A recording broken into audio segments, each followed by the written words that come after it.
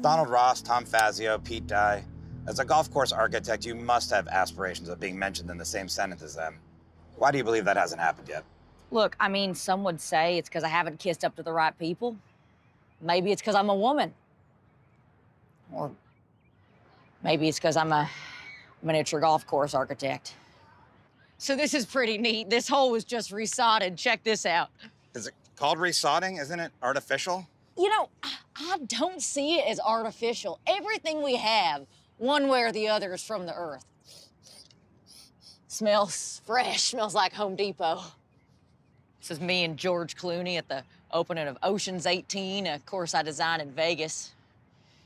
Me and MJ, the GOAT. He doesn't look too happy there. He wasn't. I just finished taking 3 large off him.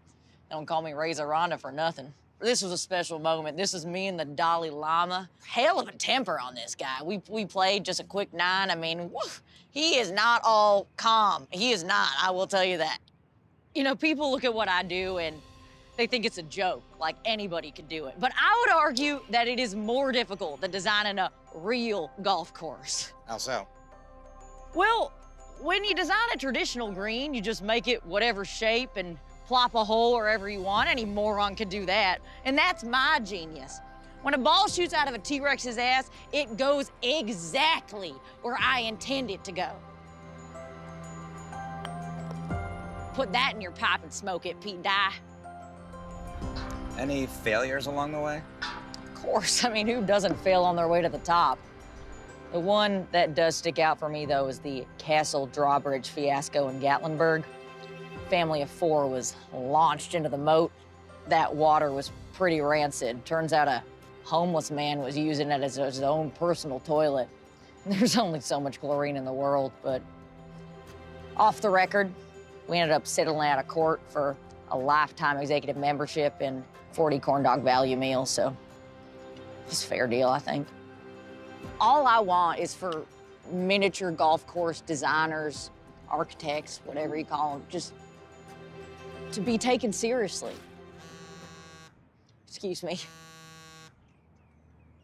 Dankworth, really?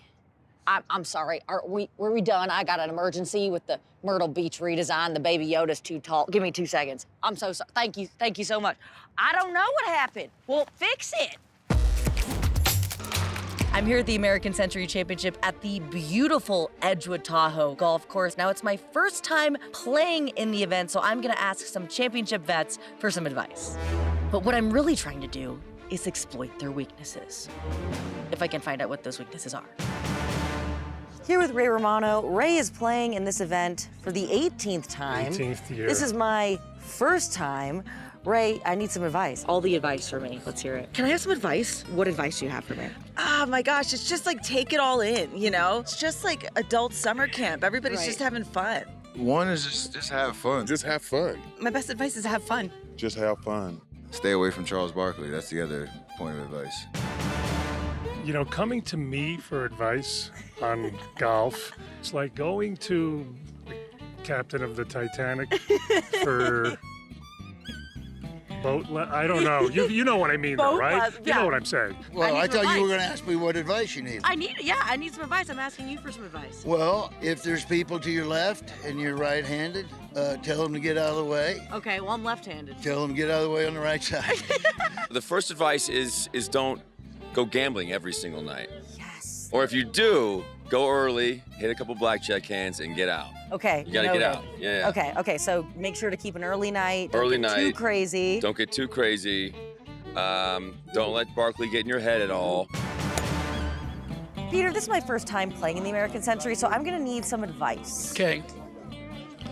Anytime. Well, keep the ball in the fairway. Okay? Yeah, put it on the green. Okay? And then make sure you hit the uphill putts just a little bit harder. First of all, enjoy the view. Yes. Enjoy the celebrities, enjoy the course and the fans. This is really, really, really cool place. I'm lucky to come back. The weather's perfect. The celebrities are pretty cool. I mean, there's only one asshole. That's Tony Romo. Tony, you hearing this? Yeah, I told her, she says her first time here, I said, all the celebrities are great. I said, the only asshole here is Tony Romo. But I'm just joking. Tony's great. He's been a friend for a long time. We do Subway commercials together. You got to focus on your putting, because they're Poana. I think that's how you say it, right? Yes. They're fast. Okay. And how'd you do yesterday? It was a little rough, to be honest. Yeah, it was a little rough. I just snotted. Yeah. Well, it's tough. It's cold. It'll happen out here. I know, but literally somebody's gonna catch this on YouTube and it's gonna be like,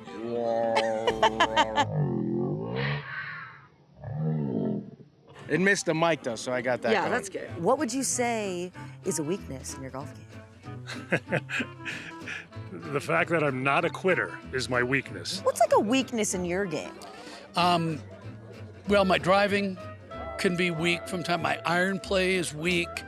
My wedges are particularly weak. Do you have any weaknesses in your game, Vince? I can maybe count the strengths on one finger. Yeah, I got a ton of weaknesses. My short game is really, really bad. So yeah, I was hoping you were going to say, let's see if we can find a positive. Well, so the putting. The putting. No. Do you have any weaknesses or soft spots in your game? You've been around golf. You know the nerves. Yeah. And like tournament golf, you feel like you have to do something different to be successful at it. But it's just, if you can try to play it like you're playing a casual round, that's usually how I found the most success. Steph, 5 top 10s, finished 4th 3 times, and it's obvious he can really play. Boy, this is right at it if it gets there. How about that? Are you kidding me? Do you have any weaknesses in your game? None at all. You know what? Here's the deal. I come out here, and I'm not supposed to be a good athlete. So I come out, I just kind of half-ass my way through it. All right, half-ass. Sure, I get bad scores, but you know what? Just see the smiles on everybody else's faces that they beat me is just so nice. Do you have any weaknesses in your game that I can exploit? No comment. Well, there you have it. I have everything I need to get inside their heads and exploit their weaknesses. Let's see how I do. Get in the hole! He's got a chance. Oh, it goes in! And Steph Curry is the winner. It's the official tally. That's Hally Leadbetter. Yeah, daughter of the great instructor David Leadbetter. Pretty good action right there from the left side. Charles Barkley needs to get this up and in for a bogey. Ooh, he's giving himself a chance. Ooh. Look at this shot. Telling you, he's going to get inside the top 70. A little update on how I did. First 2 days were rough, but the third day today was a lot better. Birdied the last hole, and I beat Charles Barkley, so I'm counting that as a win. American Century Championship, you were incredible. I hope I get invited back next year. Apparently, there's an unwritten rule that if a man doesn't drive his ball past the ladies' tee, he has to take his next shot with his pants around his ankles. What a treat! As if seeing his first worm burner wasn't bad enough. Embarrassing. Yeah, that, but I was talking about the concept of the ladies' tees. Can we do a little better?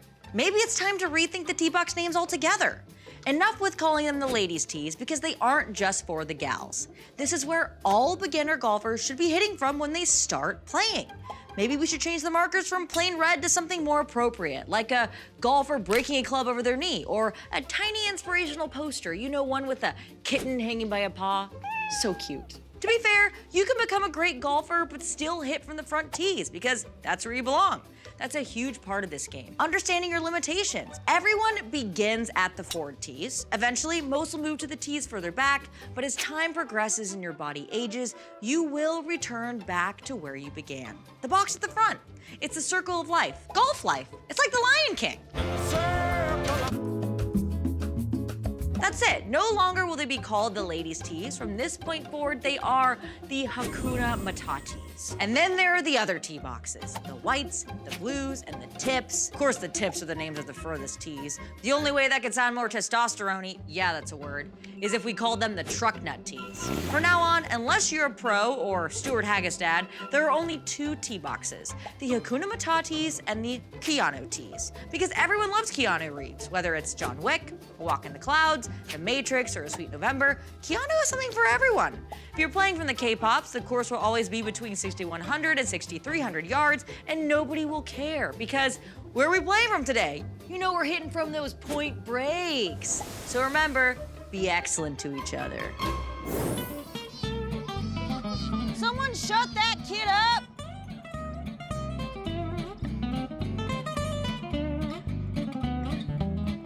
That's a cut. We should move forward if you're happy. Yeah, I'm done. Gopher Productions.